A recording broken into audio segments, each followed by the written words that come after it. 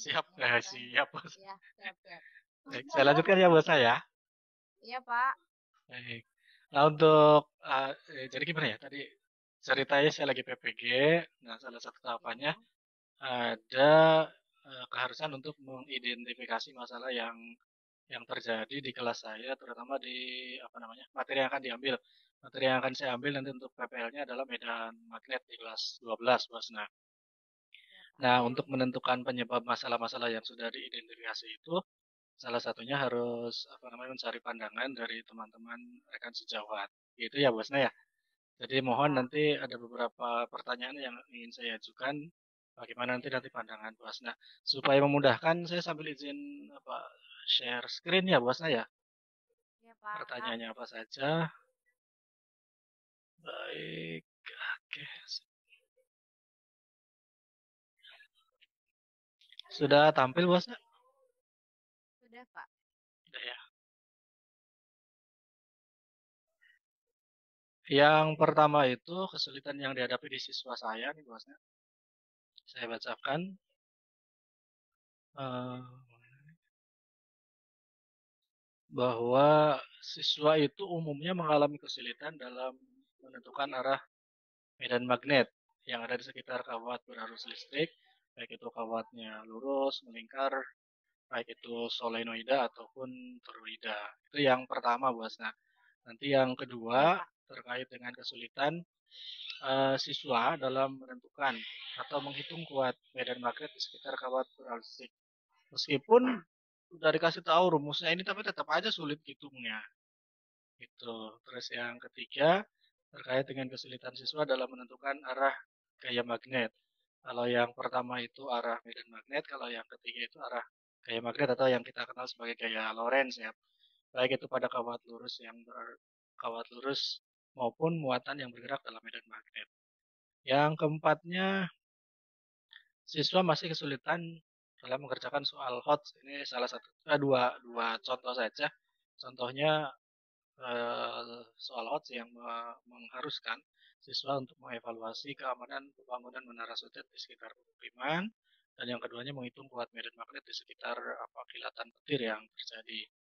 Dan yang terakhirnya itu kesulitan siswa dalam menjelaskan penerapan konsep medan atau gaya magnet dalam teknologi. Contohnya pada prinsip kerja motor listrik. Begitu Bu Hasna. Kembali ke yang pertama ya Bu Hasna ya. Gimana kira-kira Bu Hasna di kelas Bu Hasna kira-kira mengalami hal serupa atau tidak nih? Iya, Pak. Eh, jadi 3 tahun terakhir ini saya sebenarnya tidak mengajar di kelas 12, Pak. Barusan semester ini saya ngajar di kelas 12. Jadi mungkin eh, apa yang saya sampaikan sekarang ini bukan yang kontekstual terjadi di kelas saya, karena sekarang saya masih materi listrik statis, jadi belum Oh, masuk ke medan magnet. Eh, tetapi berkaca pada pengalaman beberapa tahun yang lalu, memang Pak untuk masalah magnet itu rata-rata memang siswa itu kesulitan untuk apa namanya memahami konsep tentang materi ini. Seperti misalkan pada masalah Bapak yang pertama, siswa kesulitan dalam menentukan arah medan magnet. Nah, ini benar, Pak. Meskipun kita sudah jelaskan apa yang harus dilakukan, tapi paling satu dua paling banyak tiga lah Pak dari sekelas itu yang kelas kami itu biasanya berjumlah kurang dari 30 orang yang paling bisa cepat menangkap tentang materi ini. kira-kira kenapa ya Bu Hasna persentasenya begitu kecil gitu ya yang bisa menangkap?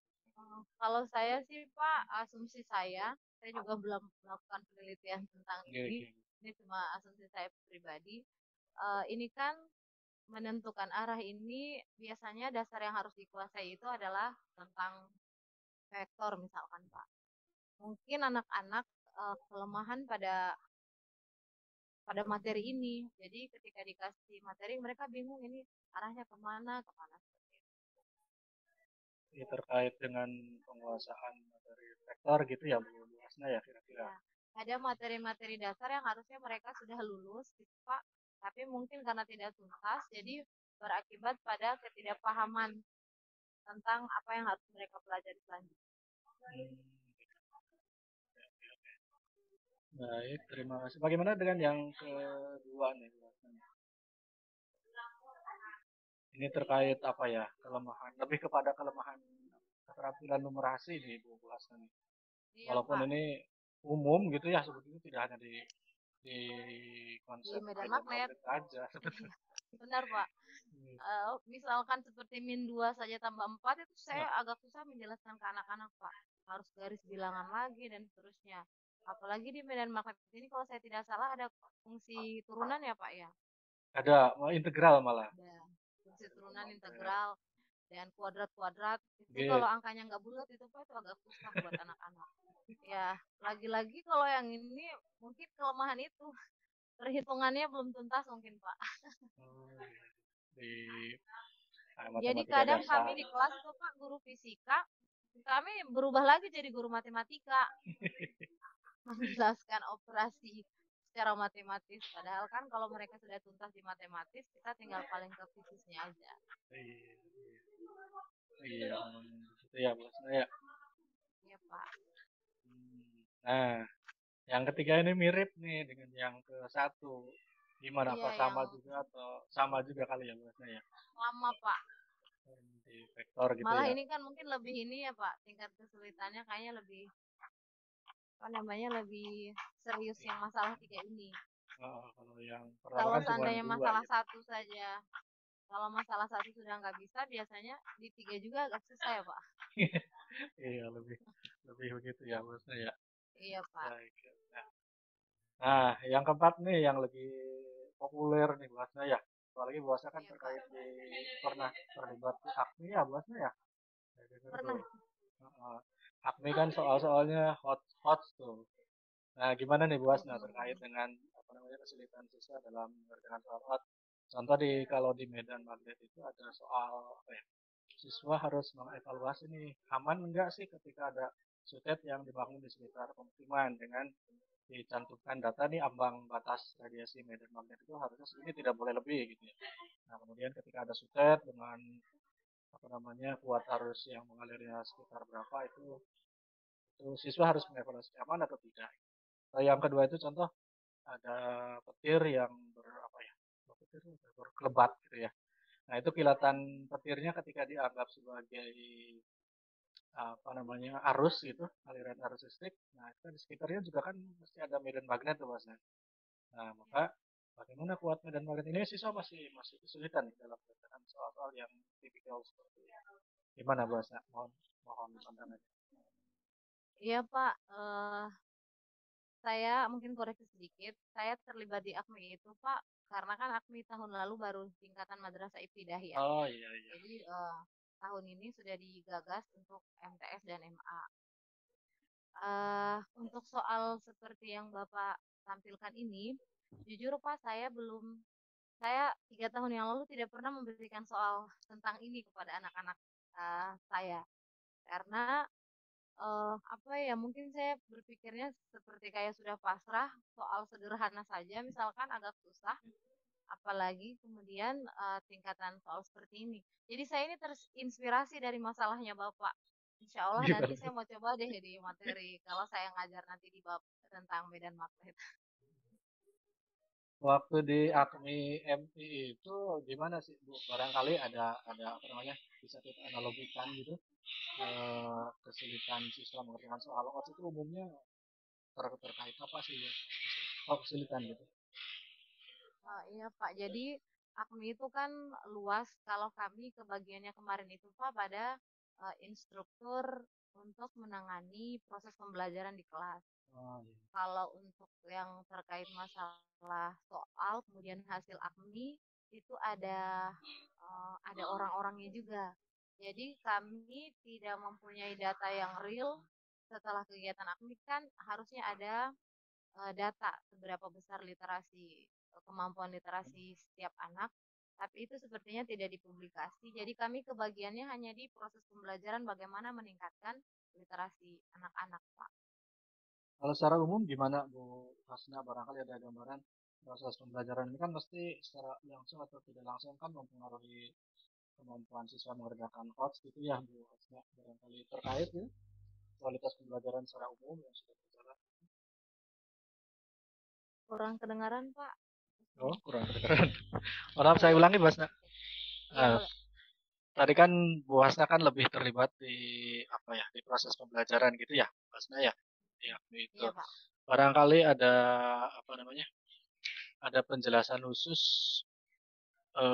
kualitas pembelajaran yang sudah terlaksana di kita selama ini, kemudian dengan kemampuan anak-anak kita di MI dalam mengerjakan soal-soal AKPE itu barangkali Bu Hasna.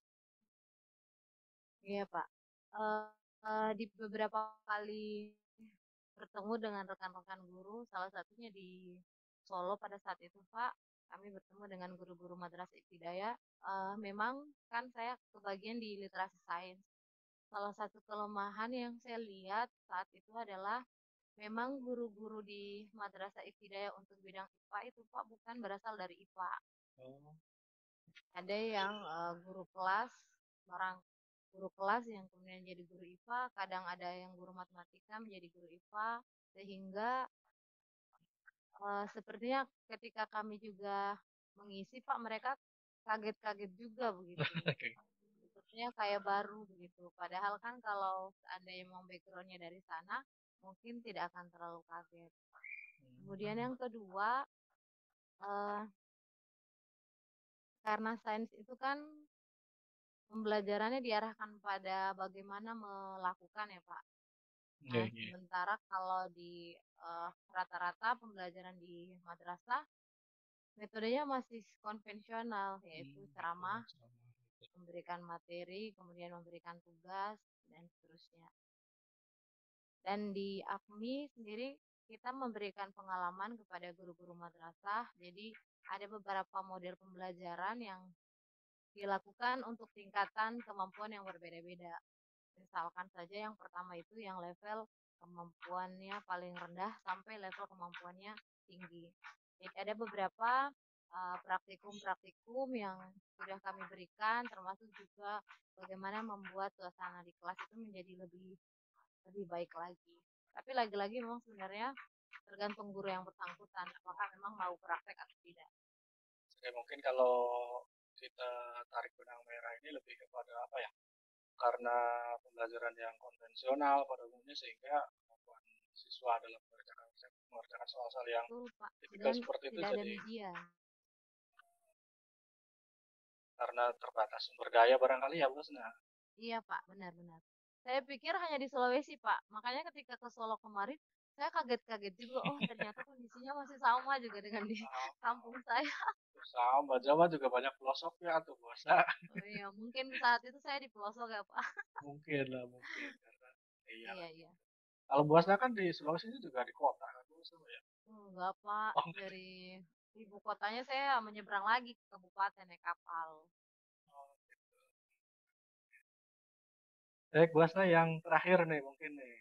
Ini terkait dengan penerapan konsep medan dan gaya magnet ini kan yang paling populer ini kan di prinsip kerja motor listrik nih gitu. Ya, Ternyata di kelas kami itu masih kesulitan padahal sudah dikasih tahu bahwa ini loh ini contoh penerapan medan magnet kepada motor listrik gitu gini gini gini tapi ketika disuruh menjelaskan bagaimana sih prinsip kerjanya berdasarkan konsep gaya magnet Nur kurang kedengaran. halo halo Ya, oke. oke kejauhan ya. Nah, terkait penerapan konsep medan gaya magnet nih, Mas. Nah, Ya, yang paling umum kan di motor listrik nih. Nah, siswa ini ternyata masih kesulitan ketika sudah, walaupun sudah dijelaskan prinsip kerja motor listrik ini menggunakan medan magnet, tapi tetap aja masih kesulitan. Kira-kira gimana nih, Mas? ya Pak. Eh, kalau saya menjelaskan secara umum ya Pak, tidak ke Iya, iya, motor listrik. maka, maka. Nah, jadi saya juga pernah memberi tugas ke anak-anak untuk menjelaskan beberapa fenomena atau aplikasi konsep fisika dalam kehidupan sehari-hari. Mereka itu Pak kalau ngejelasin dari awal sampai akhir itu paham Pak. Artinya mereka menghafalnya itu bagus. Tetapi kalau kemudian misalkan saya mengajukan pertanyaan analisis, kalau begini kenapa bisa begitu? Itu mereka akan kesulitan Pak, akan kebingungan. Padahal mereka udah menghafal, prinsip kerjanya itu dari A sampai Z. Jadi memang apa namanya, menurut saya anak-anak sekarang kurang kemampuan menganalisis, mereka lebih kepada menghafal gitu Pak, Hal menghafal itu ya. cara kerja, tapi tidak bisa menemukan hubungan antara satu pernyataan dengan pernyataan yang lain. Analisis ya, bosnya ya. Iya Pak. Jadi ada hubungannya sama hot lagi ini ya bosnya ya. Itu kayaknya Bapak deh berpikir kritis. Iya, terus saya ngangkat berpikir kritis gitu ya. Buasanya dulu ngangkat apa sih buasa? Lupa sih. Oh, apa ya Pak? Oh itu model mental, Oh, MMA sama Bu Suci. baik, Bu Hasna, terima kasih sebelumnya. Ini barangkali ada semacam closing statement gitu, Bu Hasna, terkait dengan permasalahan yang sudah saya jelaskan. Ini sebetulnya lebih mengerucut kepada apa ya? Kalau saya kategorikan sih ada satu kesulitan eh, kesulitan memahami arah, yang keduanya kesulitan berhitung di numerasi, yang ketiganya kesulitan terkait dengan odds gitu. Sebagai closing, Bu Hasna dan Bu Hasna. Ya Pak, Sebagai closingnya, mau di closing seperti apa nih Pak Nur? jadi secara umum gimana nih Bu Hasna terkait dengan kesulitan-kesulitan ini dan kira-kira solusi yang apa ya, solusi yang bisa dijadikan alternatif kira-kira seperti apa, Bu? Kalau saya Pak dari masalah-masalah tadi, mungkinkah apa ya? Karena juga kan medan magnet ini abstrak ya Pak ya, Iya bukan iya harga betul. yang konkret yang bisa dikonkretkan. Mungkin bisa pembelajaran yang melibatkan media mungkin Pak, media yang bisa mengkonkretkan yang abstrak ini. Oke, oke, oke. Baik. Karena kalau dari gurunya saya kira guru juga kan insya Allah apa namanya pemahamannya juga sudah bagus. Tapi ke anak-anak itu mungkin mereka ingin apa ya lebih real gitu Pak, supaya Hmm, lebih tertanam di dalam pemikiran mereka. jadi jangan ceramah gitu ya Bu Hasna ya. Iya Pak. Baik. Bu Hasna barangkali cukup saya mengganggu Bu Hasna nih. Sore-sore menjelang Enggak maghrib ya. Pak, tidak tidak. Saya juga alhamdulillah jadi ada inspirasi dari Pak Nurudin. Alhamdulillah. Terima kasih sekali lagi Alhamdulillah. Bu Hasna. Mohon maaf mengganggu. Sama-sama Pak Nur, enggak mengganggu. Iya, salam buat keluarga, sehat-sehat selalu Bu Hasna. Ya, amin. Demikian Ya, pula Pak Nur dan keluarga. ya, amin. Mangga Bu Hasna. Assalamualaikum warahmatullahi wabarakatuh. Waalaikumsalam warahmatullahi wabarakatuh. Assalamualaikum warahmatullahi wabarakatuh. Terima kasih ya Nabil sama Mas Henry dalam meluangkan waktu ini untuk menjadi narasumber narasumber dalam saya. Jadi ini Bapak sedang mencari penyebab masalah kesulitan belajar terutama dalam medan magnet. Ini sebelumnya belum kita pelajari di bab ketiga sekarang kita lagi belajar listrik searah ya. Kemudian besok listrik statis, kemudian bab ketiga itu tentang medan magnet yang disebabkan oleh arus listrik. Jadi arus listrik itu bisa mengeluarkan medan magnet. Cuman yang akan Bapak tanyakan di sini tentang hal-hal yang mendasar terkait dengan magnet. Kayak contohnya begini, ini kan namanya magnet batang ya. Magnet batang itu terdiri dari dua kutub, utara dan selatan. Kita nggak tahu yang mana utara, yang mana selatan. Tapi yang penting ada dua kutub yang berbeda. Di sini bisa berbeda, ada biru, ada merah, ada utara, ada selatan. Seperti yang kalian tahu ya, insight itu bahwa kalau utara ketemu dengan utara, gimana nanti akan menolak selatan ketemu selatan, sudah tolak menolak utara ketemu selatan ya kan.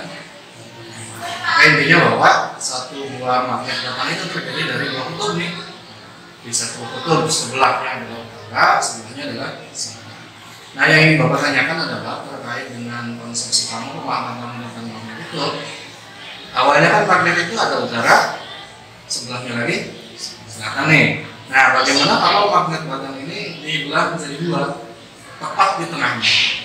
Kira-kira bagaimana dengan kutub magnet hasil pembelahannya itu? Sendiri dulu. Nah maksudnya jenis kutubnya awalnya kan ini kan sebelahnya adalah utara, sebelahnya adalah selatan. Nah, ketika dibelah itu kutubnya nanti yang hasil belahan yang ini gimana? Apakah kutub umpamanya yang ini utara nih, ini kita belah yang utara, kita belah yang sebelah belah yang selatan. Awalnya ini utara, ini selatan. Nah, ketika dibelah itu bagaimana magnet yang hasil pembelahan yang sebelah kanan ini? Apakah utara semua atau menjadi selatan atau menjadi dua utara selatan? Jadi utara semua gitu atau gimana? Jadi utara semua. Terus yang ininya selatan semua. Kalau mati gimana? Maksudnya mau dibelah juga tetap ada utara sama selatan. Ada utara, ada selatan, tetap utara selatan. Jadi kenapa mengatakan bahwa kalau dibelah yang ini jadi utara semua, yang ini jadi selatan semua? Pernah nyoba? Yang ini jadi utara semua, yang ini selatan semua. Jadi kalau mati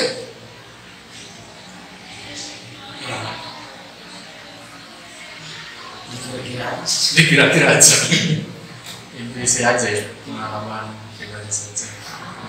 Oke, itu yang pertama ya, terkait dengan belahan. Nah, yang kedua nih, ini kan ada kutub utara, ada kutub selatan. Kan tadi kita tahu bahwa magnet itu adalah benda yang bisa menarik benda-benda lain yang terbuat dari besi, minyak, logam tertentu gitu ya. Nah, kira-kira yang paling besar kekuatan tariknya atau kekuatan tolaknya gimana? Apakah tersebar merata atau di tempat tertentu, di ujung, di tengah, atau di ujung yang lain? Sini dulu boleh.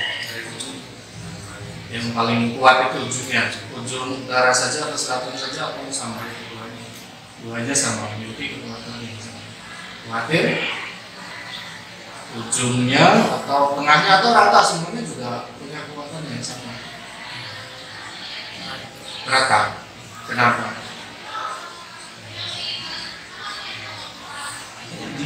Kira-kira aja. Alasannya gimana sih? Kenapa kok ujungnya yang kuat itu? Apa jadi kalau di tengah tuh apa medan-medannya kayak alunan. Oh gitu, ini pernah nyoba. Jadi kalau di ujung mah kuat gitu ya. Nah, terus nanti gini, di medan magnet itu nanti kita akan mempelajari tentang cara membuat magnet, tapi bukan dari magnet, tapi membuat magnet dari arus listrik. Gitu ya, pernah sen sebelumnya di saya ada FSS ya. Caranya SD, oh di SD. Caranya gimana? Paku di Tahun pakai mata, pakai lagi. mata itu. Terus nanti pakunya jadi magnet. Jadi pakunya yang jadi magnet ya, atau yang tembaganya yang jadi magnet. Pakunya, magnetnya jadi magnet ya, bisa narik paku-paku yang kecil nggak? Yang lilitan magnet. Itu yang nariknya hanya pakunya saja atau sama lilitannya juga? Lilitannya juga. Terus kira-kira gimana? Sama nggak sifatnya dengan magnet ini? Ada apa tuh utara selatan juga gitu. Pakunya itu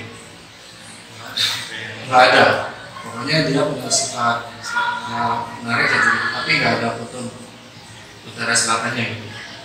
Atau gimana berarti? Mikir di situ. Kamu begini situ. Yang penting si paku itu jadi magnet dan kemudian bisa narik. Apa tadi yang nariknya biasanya apa? Profil. Apa itu? Paku dililitin kan katanya jadi magnet. Buktinya apa? Nite atau yang kecil-kecil itu bisa ditarik gitu ya. Jadi beda gitu. Tadi gimana mas? Atau dia punya itu juga utara selatan juga. Si pakunya itu loh. Belum tahu. Pokoknya sebenarnya gini bapak nanya, yang bisa narik paku-paku yang kecil EP dan sebagainya itu pakunya saja atau sama lilitannya itu? Pakunya aja atau lilitannya juga bisa nempelin? Lilitannya bisa nempelin paku yang kecil nggak? Ini yang kecil bisa. Elektron ini Elektronnya gimana? elektron dari apa ya? baterai. Gimana sih? Iya sih. Selama ini pandangan kalian antara medan listrik dengan medan magnet ini kan ada, kalau ini kan kalau magnet kan utara selatan tuh, kalau listrik kan utara selatan, tapi positif negatif gimana menurut sama atau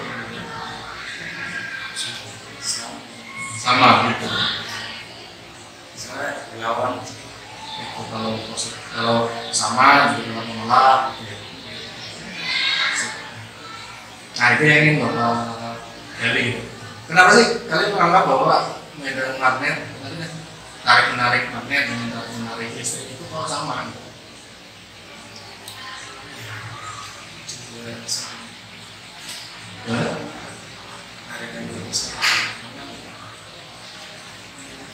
Gimana?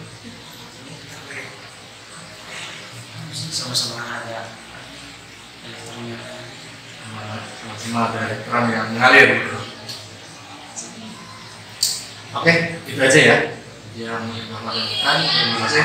Sebetulnya gimana ya, Bapak menanyakan tuh harusnya ketika kalian sudah belajar itu, tapi Bapak asumsi kalian pernah belajar itu walaupun secara kualitatif itu tidak perhitungan. Nanti kalau di sini nanti di bab 3 itu kita akan mempelajari tentang kalau di SMP di SD itu kan cuma praktek aja untuk mengetahui bahwa si aku bisa jadi magnet, listrik bisa menghasilkan. Ya, oke, sampai ketemu nanti buat dan magnet ya. Oke, terima kasih ya, Cindy sama Mahathir atas perhatiannya. Terima kasih, assalamualaikum.